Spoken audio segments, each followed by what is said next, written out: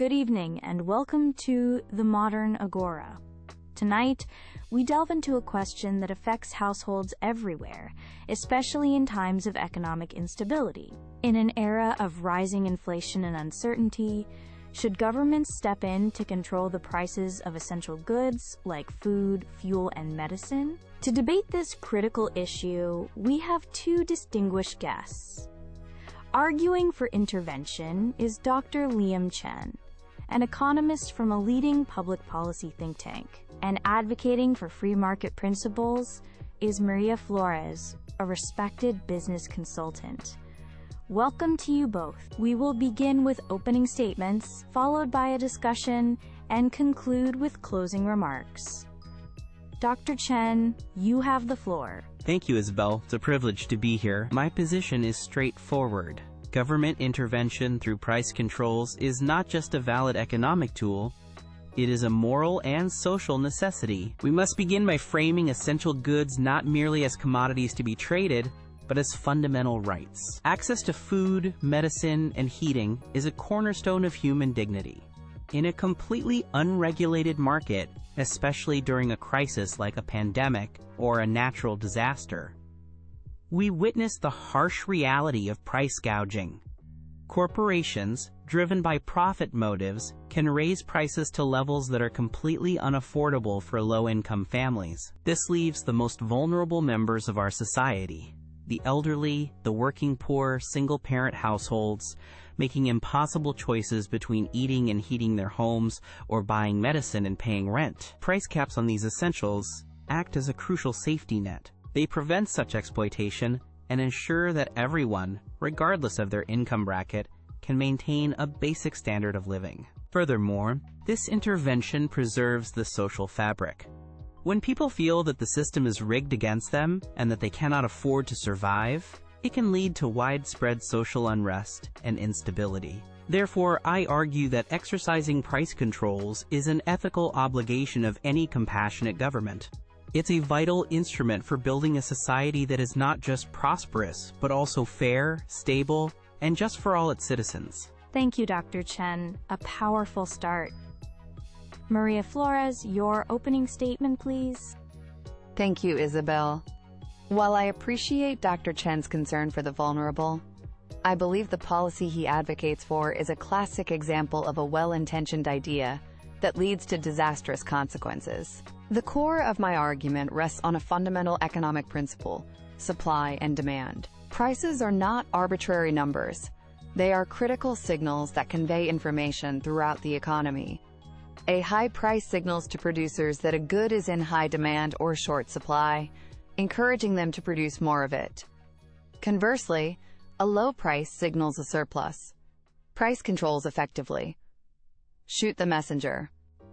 When a government imposes a price ceiling below the natural market rate, the outcome is not just predictable, it is inevitable. You create a shortage. The quantity demanded by consumers will vastly exceed the quantity that producers are willing or able to supply at that artificially low price. History is filled with examples that prove this point. We've seen it lead to long, desperate queues for bread, fuel rationing, and empty shelves where medicine should be. The very items deemed essential become the hardest to find. Producers, unable to cover their costs and make a reasonable profit, will face a few choices. They might stop producing the item altogether, they might reduce the quality to cut costs, or they might divert their goods to a black market. And on that black market, prices will be far higher and completely unregulated, ironically harming the very people the controls were meant to protect.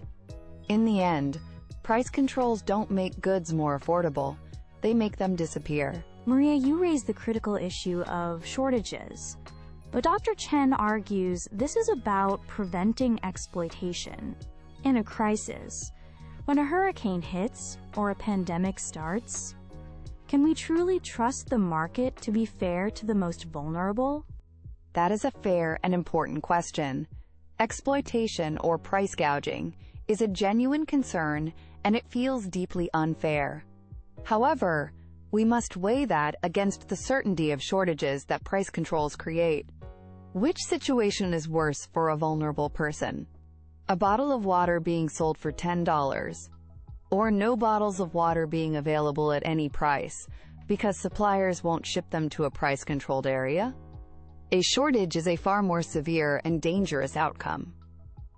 Furthermore, the black markets that inevitably arise from these shortages are completely unregulated. They have no quality control and can be even more exploitative than the formal market ever was. There's a much better way to help people. Instead of distorting the entire market by controlling prices, government should provide direct financial support to low-income families. This can be done through targeted vouchers, cash transfers, or subsidies. This approach empowers people to afford essentials at market prices, preserving their dignity and choice, while ensuring that producers have the incentive to keep supplying the goods we all need. It solves the problem without creating a bigger one. Dr. Chen, Maria proposes direct aid as a more effective alternative. How do you respond? Direct support is a noble idea, and in a stable economy, it has its merits. However, in a fast-moving crisis, it's often too slow and bureaucratic to be effective. Identifying who is eligible, setting up the systems, and distributing the funds can take weeks or months. During a period of rapid inflation or a sudden supply shock, families cannot wait that long. They need relief immediately. A price cap provides that instant protection and stability. Moreover, Maria's scenario assumes a binary choice between perfect price controls and no controls at all. I'm advocating for what can be termed intelligent price controls. These are not meant to be permanent fixtures of the economy. They can be temporary, targeted measures implemented during a declared state of emergency. To prevent the shortages Maria rightly warns about, these price caps can be paired with government subsidies for producers, ensuring they can continue to operate and supply the market. This dual approach offers a more immediate, stable, and comprehensive solution that protects both consumers from price spikes and the supply chain from collapse. Dr. Chen, you suggest intelligent controls and subsidies, but Maria's point is that this adds layers of complex and costly bureaucracy. Is it not more efficient to let the market operate and simply give people the money to participate in it? Efficiency is an important metric, but it cannot be the only one. We must also measure outcomes in terms of human well-being. The social costs of non-intervention can be astronomical and are often ignored in a purely economic calculation. What is the cost to our society of widespread malnutrition because food becomes unaffordable? What is the long-term cost of a health crisis because citizens couldn't afford essential medicine? These costs are far higher than the administrative expenses of managing a well-designed price control system. The idea of a perfectly efficient, free market is a theoretical ideal, not a reality. Markets fail. They fail to account for external social costs, what economists call externalities. A core function of government is to step in and correct these market failures. Protecting citizens from predatory pricing during a crisis is a textbook example of a necessary and justified market correction. The bureaucracy is a small price to pay for social cohesion and public health. Maria, your reaction? Dr. Chen argues the costs of bureaucracy are less than the costs of human suffering. No one is arguing for human suffering. We are debating the most effective way to prevent it. My deep concern with Dr. Chen's model is that even the most well-intentioned government intervention can lead to a cascade of unforeseen negative consequences. The proposal of intelligent controls sounds appealing, but it opens a Pandora's box of problems. Who, precisely, gets to decide what qualifies as an essential good? Is it just bread and milk? Or does it include cheese and orange juice? Is gasoline essential or only diesel for transport trucks? And even more problematically, who decides what a fair price is? This gives immense power to a small group of bureaucrats who, despite their best efforts, cannot possibly have the same real-time information that the collective market does. This concentration of power is a recipe for inefficiency at best and corruption at worst. These officials will be lobbied by industries, leading to decisions that are political, not economic. The system becomes rigid, slow to adapt, and ultimately fails to serve the public. The market, for all its imperfections, is a decentralized and dynamic system.